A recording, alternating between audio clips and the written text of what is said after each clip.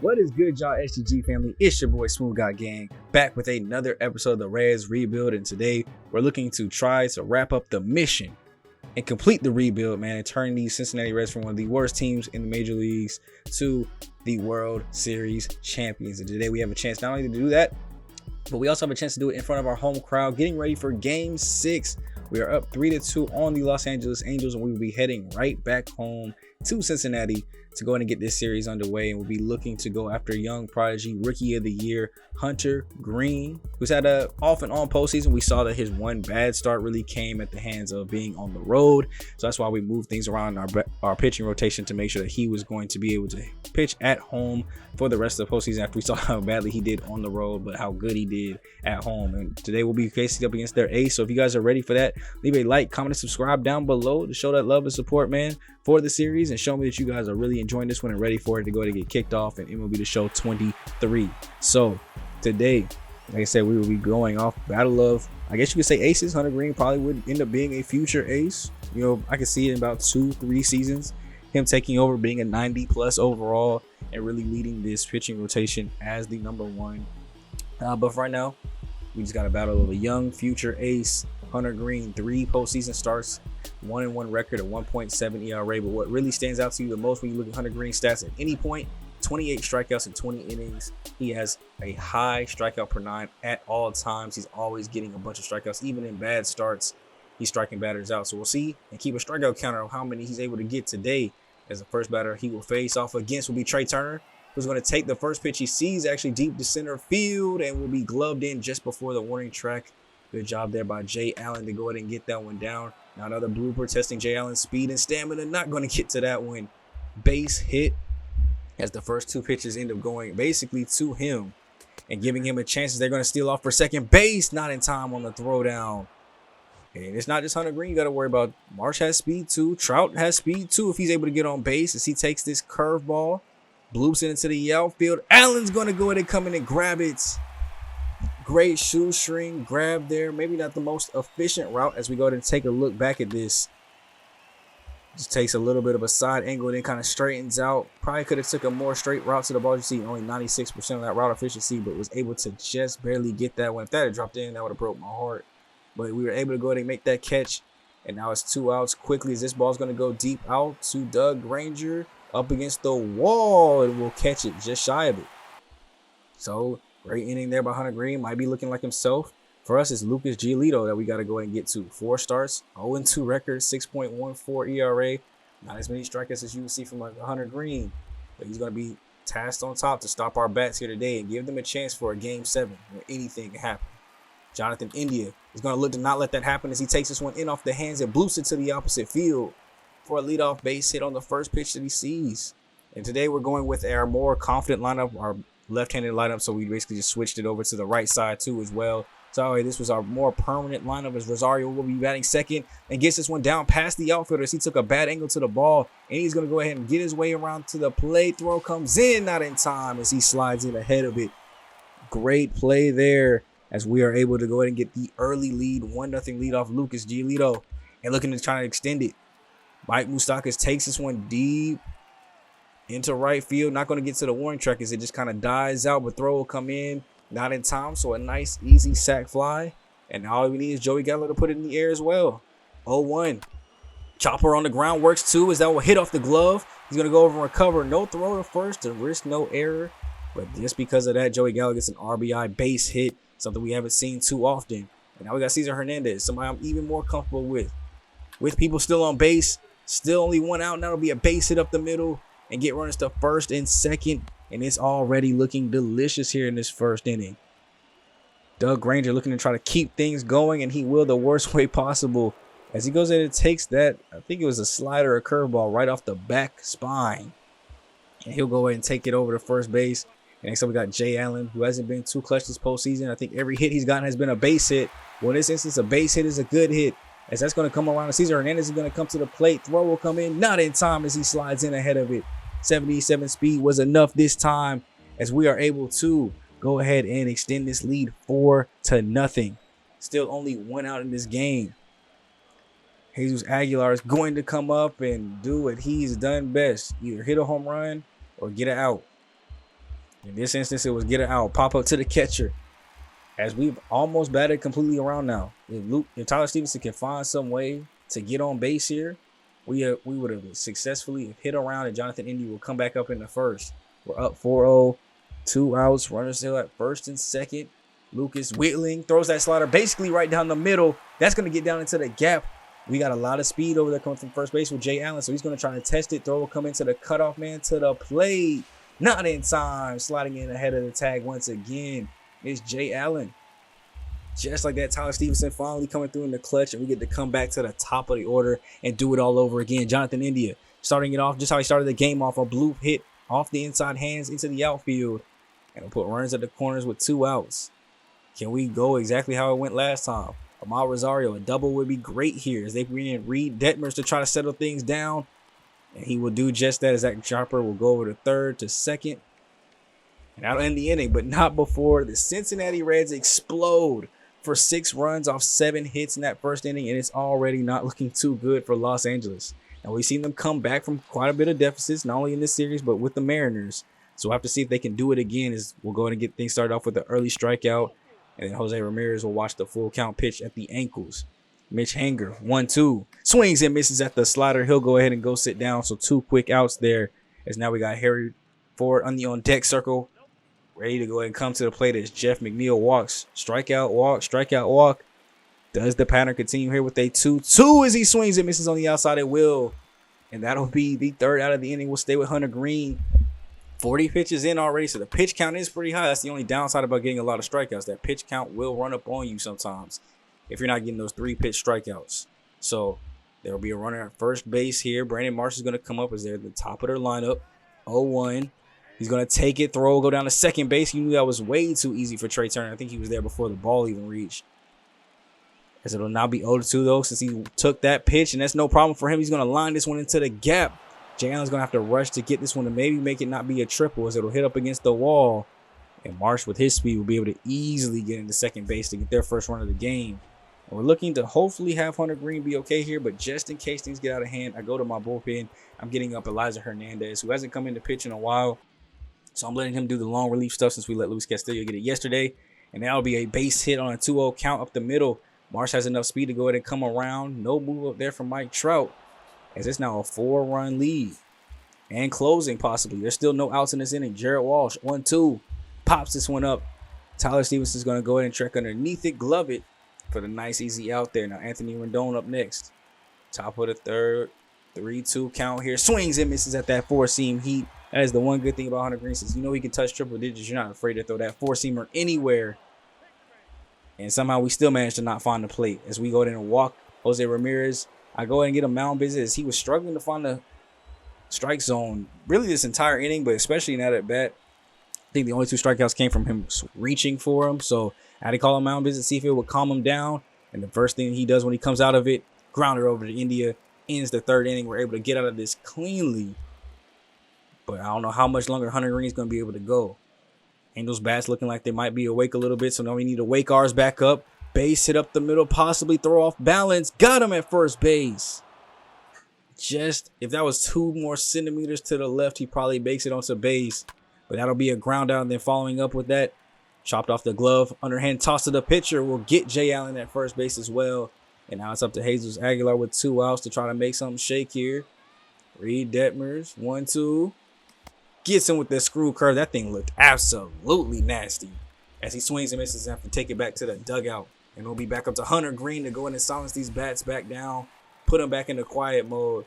And that's a good way to go ahead and start things off with a strikeout. Harry Ford, 1-2. Flies this one deep towards the seats. It'll be foul. So we'll reset. 1-2 once again. Get this one off the side of the plate with that changeup. Hernandez is going to come in and fire it on the move. And got him at second or first base for the 2nd out of the inning. Back to Trey Turner. You know the top of this lineup can get dangerous. That's how they got to work last time. And Hunter Green only threw 3 2/3, but throwing 75 pitches. He's looking kind of tired here, as that'll be a flyout to Gallo, who will come in and glove it. So that's 4 innings strong of work. I'm looking to really get 5 from him here today. If he can give me 1 more inning and make it peaceful, we'll go ahead and go to the bullpen and call it a day. But I would love to go ahead and get some insurance runs to help make that even more comfy. As Tyler Stevenson singles that back up the middle. And now it's Jonathan India. 2-2 count. He's 2 for 2 on the day. Runner at first base. Watches that four-seamer up high, and Ahmad Rosario is in the on-deck circle looking to come up. Getting ready to go ahead and probably try to make another clutch hit. You know he's coming in clutch with those homers and doubles. So if we can get 2 people on feeling good, screw curve right in the middle of the plate. That'll be a base hit back up the middle. That's even better than a walk. Good work from Jonathan India. He's coming in clutch today. 3 for 3 already. And now he leaves it up to Rosario. 1-1. Gets the same screw curve. That thing is so deadly. It's either too dangerous for a strikeout or it's too dangerous. It might be a home run. And follows it up with a slider in on the feet. Probably thought he was going to get another good pitch to hit. He'll have to go take it back to the bench. And that ball will go to get away to the backstop. This time, no hesitation, unlike the last game, how it ended. We're able to go ahead and get everybody moved up second and third. Moustakas looking to try to score a run or maybe 2. And that's the worst thing you could have happen. A pop out or a line out were the 2 things that we could not have. And he gives us exactly that. Next up is Joey Gallo, who will pop this one up. Shortstop looks like he's going to range back and call everybody off for it. He's going to go ahead and take it to end the 4th inning. So no more extended runs. We still only have a 4-run lead, but the Angels are running out of outs. As this ball will be hit deep back into right field. Granger's going to go up against the wall and catch it as he runs into it. No leap needed. No home run avoided. And we will get the first out of the inning and we'll come right back. Another fly ball out. Gallo settles underneath this one. Not even close to the warning track. And just like that, one more out, we can call Hunter Green for the day, as that's a full count that will be taken into the stands. 3-2 will reset to Jared Walsh. Fouls that four-seamer off the outside. What do you come back with? Full slider. No changeup. Low. Going back towards the wall. Gallo will leap and not be there for it. Couldn't jump high enough, and Jared Walsh hits his 2nd home run of the postseason as these Los Angeles Angels cut the lead now down to 3. As these bats are trying to wake up and give themselves a chance for Game 7. Their season is on the line in this one. If they can't match 3 more runs, their season is over. As Jalen goes ahead and catches that to end the 5th. I think after that one, we'll go ahead and call it for Hunter Green. But thanks to Jared Walsh, this game is now 6-3. Now it's up to Cesar Hernandez to try to get our bats back awoke for us. That'll be swung on a miss. It'll be in the dirt. Throw will go down to first base. They'll get him easily there on the drop third strike. Doug Granger up next. First pitch he sees from Detmers, who's 56 pitches deep. Might be starting to get a little bit tired here. He's pitched a long ways as far as a long reliever is concerned. But he should have starter stamina, I would think. So they might be able to let him go towards like 70, 80 pitches.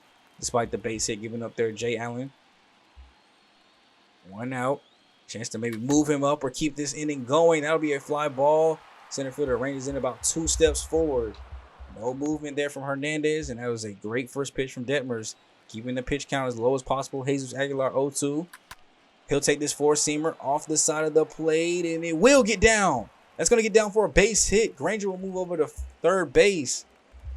Just got lucky and found some green grass there. Finally, his first hit that's not a home run as he's able to make it over to first base. And now it's up to Tyler Stevenson to keep things going as he gets a fastball up in the zone. This one, I think he got a little too underneath it. So that'll be popped out to center field. Like I said, we'll be going to the bullpen, so that'll bring in Art Warren. 3 2/3 innings this postseason, 5 strikeouts. He's done great in his relief work, and now he'll be looking to go ahead and keep everything nice and quiet for the Angels. Jose Ramirez is the first person he'll have to face here as he watches that strike on a low block, fouls off a slider in on the hands. Quick 0-2 count. Can we get a strikeout to start everything off? Nope, but it will play right to the shift. Ground ball to India. That's out number 1. After that nice little ground up there, Art Warren already looking pretty strong here as he goes and gets another strikeout there on that slider. Just looking nasty. In the whole point and game plan at this point is to get solid work from our bullpen and go from pitcher to pitcher to pitcher until we can end up at Lucas Sims for hopefully getting this save to end this game. Now, a walk here doesn't kind of help that plan out. Harry Ford also in a full count here. Art Warren, do not let this inning slip away. Chopper on the ground. He's going to race in for it himself. Throw over to first base.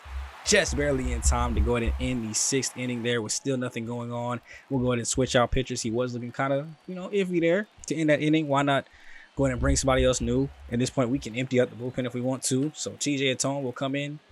3 games this postseason has looked pretty good and sharp as well. As we go ahead and look to get off 1, 2, 3 here to start this inning. And Trey Turner already grounded it to Hernandez. Got to throw over quick with all that speed. Able to get the first out there. Brandon Marsh, 2-2 count. Tries to throw that slurve to get him to swing at. The slurve was looking nasty today. Was getting a lot of swings and misses, but just couldn't get that strikeout that time. 3-2. Gonna watch that sinker in on the hands. So he's gonna go ahead and walk over to first base for Mike Trout to be put in a good position here, swinging through that slurve. I told you it was nasty all day. So why not maybe try to go back to it here? Even up 2-2. Swings and misses at the slider this time, changing the eye view just slightly. You know, that slight variance between slurve and slider is all you need to kind of get a little strikeout in there. As there goes back to the slurve, unable to get good wood on it though, as that will be flied out to Granger in the outfield, who will take that one in just before the warning track. And now we're getting even closer. We're getting down to their last 6 outs, but they got to also hold our offense too. They're going to go with Ryan Tepera. 10 games this postseason. That man has seen more action this postseason than some of the position players. I want to feel like he's been in, it seems like, every single game to get some relief work. Win, loss, draw, tie. He's in this ball game trying to make everything all right. So the first person he will face will be Cesar Hernandez. We got 5, 6, and 7 on tap here. And he gets Hernandez to pop this one up to the catcher, who will get underneath it. No infield fly rule, but will take it nice and smoothly. As next up will be Doug Granger. And he takes the first one off the wrist, elbow. I don't even know what. That probably like grazed along the whole arm, honestly. And hit up against the butt of the bat. As he goes in and heads over to first base again off another hit by pitch. Now, we are not going to forget that strikeout. And, Jesus Aguilar, he ain't known for too much other than homers and outs. Evened up. What is it going to be? Chopper on the ground. That speed ain't too much. Shortstop could have ran it over them himself if he wanted to, as that's going to be an easy throw to second for the out. And now we'll go to the top of the 8th here. Jordan Hicks is finally in the ball game. He's only pitched 1 game this season. He's been my most reliable reliever. So I normally want him to go into those setup roles where I really, really need 3 outs to set up Lucas Sims. So that's probably why he's only played 1 game. A lot of these games have been blowout wins or losses. Now we are going to let the distractors from first pitch line out there. Coming back with an even 2-2 count here to Ramirez, who flies this one out to Granger. Ranging over to his right a little bit and will glove this. They are down to their last 4 here in Los Angeles. Mitch, as this was set up beautifully for 8, 9, and 1 for Lucas Sims. If everything were to stay exactly how it is, Cutter gets called striking, a sinker, swinging and missing, and he will go down swinging. That'll lead the Angels to their last 3 outs, but they're going to go ahead and go to the top of the 9th here. Wander Suero, I should say bottom of the 8th, my fault. 7 games this postseason, and he's looking to keep us where we're at. They've already scored 3 runs. They've had big innings in this series and this postseason. No reason for them to doubt themselves now, so they got to just hold it close here. And that's a good start. 1 pitch pop out into the outfield, shallow, by Tyler Stevenson. We'll have Jonathan India back up 3 for 4 on the day. Can he keep this good at bat going? And he will. That will go down and get in the gap there in right center field. That'll be a 1-out double for Jonathan India, getting back on base again. 4 for 5 day in a clutch closeout scenario. You got to love it. Then Ahmad Rosario will be up next. Can he go ahead and start this thing out like we started out the ball game? Let's get a double or a single right down the line. 2 for 4 here today. Swings and misses at that circle change, and will have to go sit down. And I'll bring up what I thought was my clutchest hitter. 6 home runs and 12 RBIs this postseason, but batting 200. 0 for 4 on today as it is, and has not contributed to these 6 runs at all. But bottom of the 8th, he gets a pitch to hit, and when I tell you he takes advantage, it's gone. Circle change, left up at his chest, in on the hands, and he pulls it like he's supposed to. 7th home run this postseason, give him 14 ribbies. As that 2-run home run will now put this game even farther out of reach. It is 8-3 Cincinnati. You talk about save situations. In my mind, I've officially, I'm going to keep him up warming up, but Lucas Sims was most likely not going to come into this game. We'll just let Jordan Hicks finish this one out, even if it stands like this, because it's not a save situation. No reason to bring him in. And Jordan Hicks looked pretty good that top half of the 8th, so we'll let him continue to work as Joey Gallo will be up next. This is not who you want to face after giving up a home run. He throws that curveball in risky, as Joey Gallo just barely swung over the top of it and also was very early on that. Gets a little cutter in on the hands. Not able to pull this one, though, like Moustakas. And now in the damage. But the damage was done. Mike Moustakas. Easy. 2-run. No doubt. Home run.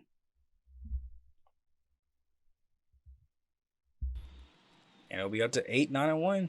Jeff McNeil, who was walked twice today, but 0 for 1 on the day officially, will have to face off against Jordan Hicks as he will go ahead and stay in this ball game to try to get these last 3 outs. Watching that 4-seamer low. He's only 11 pitches in. He's looked pretty good, pretty strong. Throws that sinker a little too high. It'll be a base hit out in front of Jay Allen.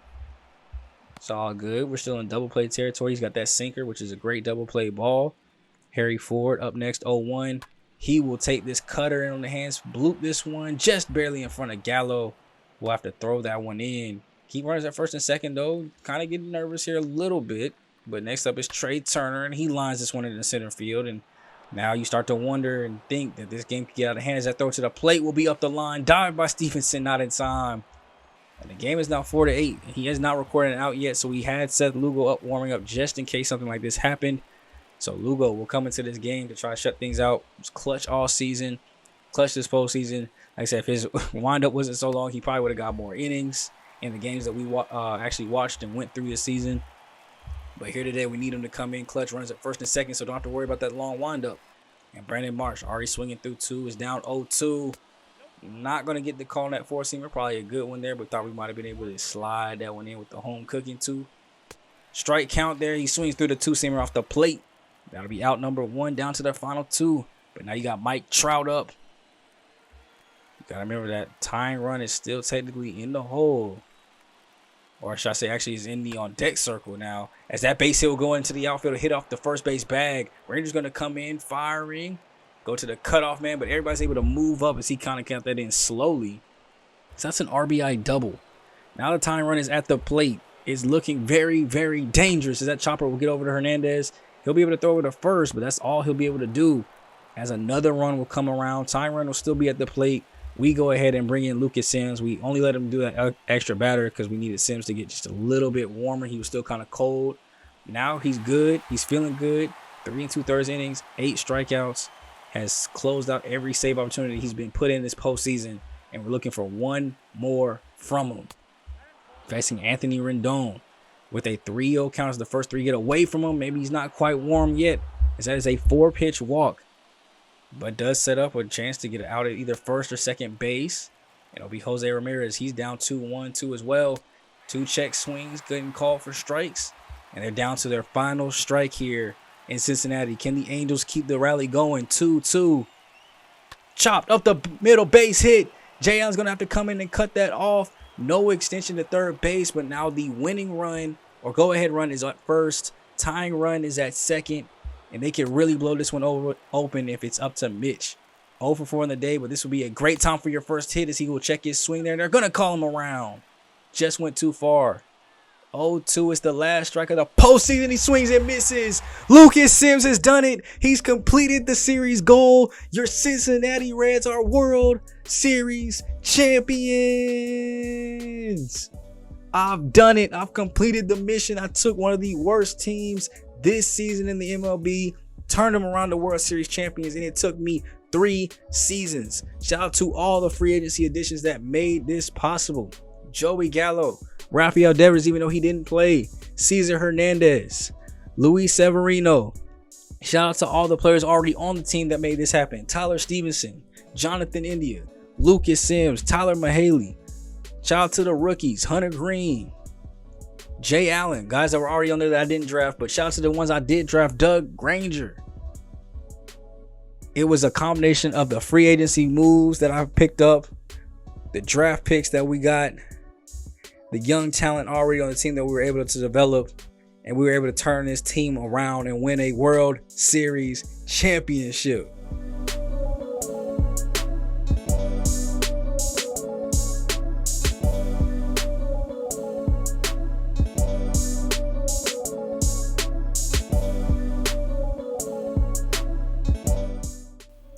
And that was just a great game. You see Jonathan India was player of the game for that one. 4 for 5, a double.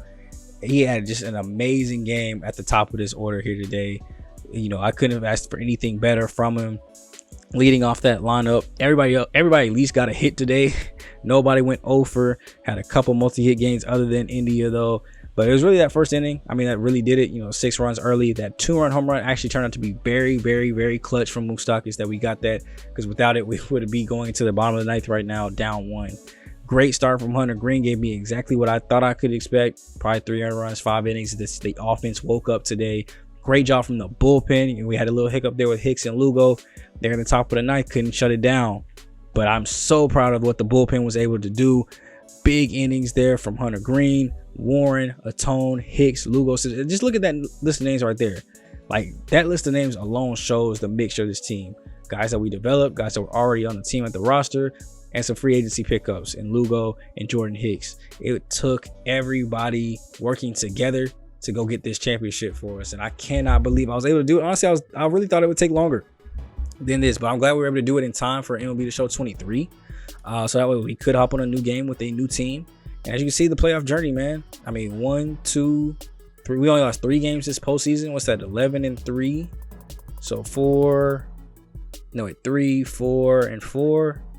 Yeah, 11-3 this postseason, only losing 3 games. And every time we lost a game too, it seemed like it was like when we had a chance to go for a sweep or something. But I can't believe we were able to do it. Complete all the way through. Not only win the division, but be the 2nd seed. 1-4, swept the 1-seeded Phillies. You can see some of the awards here. Cesar Hernandez ended up with getting playoff MVP.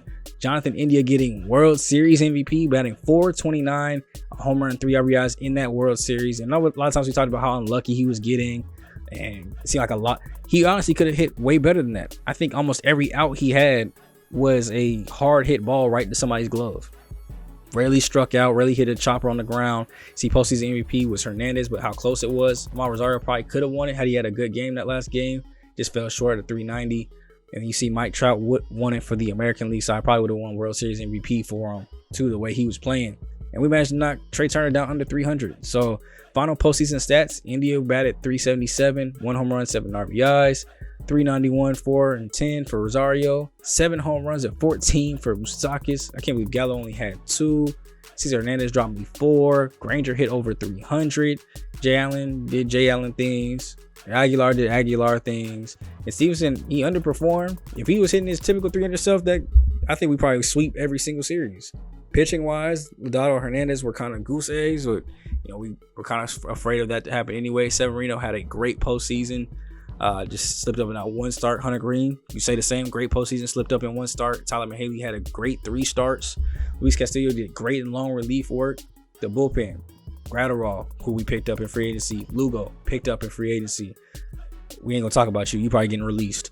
Art Warren, already on the squad. Jordan Hicks, picked up in free agency. TJ Atone, already on the squad. Lucas Sims, already on the squad.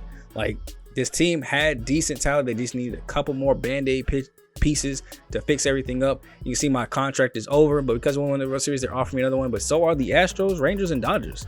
So I mean, say, I do this in MLB Show 23.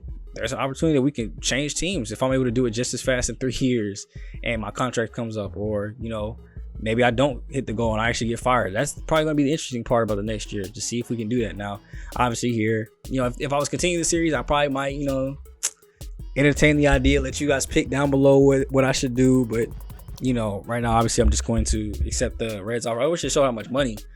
That would kind of help, like who's offering me what kind of money. But as you see, I would need a new first base coach and a new pitching coach because they decided to go ahead and retire after winning a championship. I don't know why you would do that, but I mean, hey, go out on top, I guess. We'll go ahead and view the retired players, the Hall of Fame, and kind of get everything set up as if we're doing it off season. But you guys know this is basically where the series this year's going to end. We're here in early March. I think it's actually late February. This is the day before the end of February that this is going to drop. So we got a couple weeks of basically just Hogwarts Legacy that will be posted on the channel Monday, Wednesday, Friday. Please tune in for that if you guys enjoy my content. It'll be up at 4 p.m. Eastern Standard Time. But we will jump back on this as soon as MLB The Show 23 drops. We'll be back on it with a new team, which I will reveal. And we'll go and get that series kicked off. You see Max Scherzer ends up in the Hall of Fame. Pretty good career, 208 and 111. Not too bad at all. But yeah, I think we had a great series. I look forward to extending this into next time. You guys showed great support. You guys were commenting. You guys were liking the videos, showing up every video, watching to the end. I love all that support. Let's keep it going to MLB Show 23. Let your friends know, other people that you know that enjoy MLB The Show content and rebuilds. Your boy SmooveGotGame be doing rebuilds, not only on MLB The Show, but on Madden 2. We'll be back on that on Madden 23 when it drops. Or if you guys just overwhelmingly want to see it as we get closer to the end of Madden 23's life and get to Madden 24. Maybe I'll come back with a little short mini series to get us prepared for Madden 24. Let me know what you guys would like to see. But it's been your boy SGG, aka the smoothest gamer in the world, aka the best gamer in the world, aka SmooveGotGame, aka GM Smooth. And I'll go ahead and catch you guys in the next episode, man. It's been a fun series. I look forward to MLB Show 23. I can't wait. Love y'all.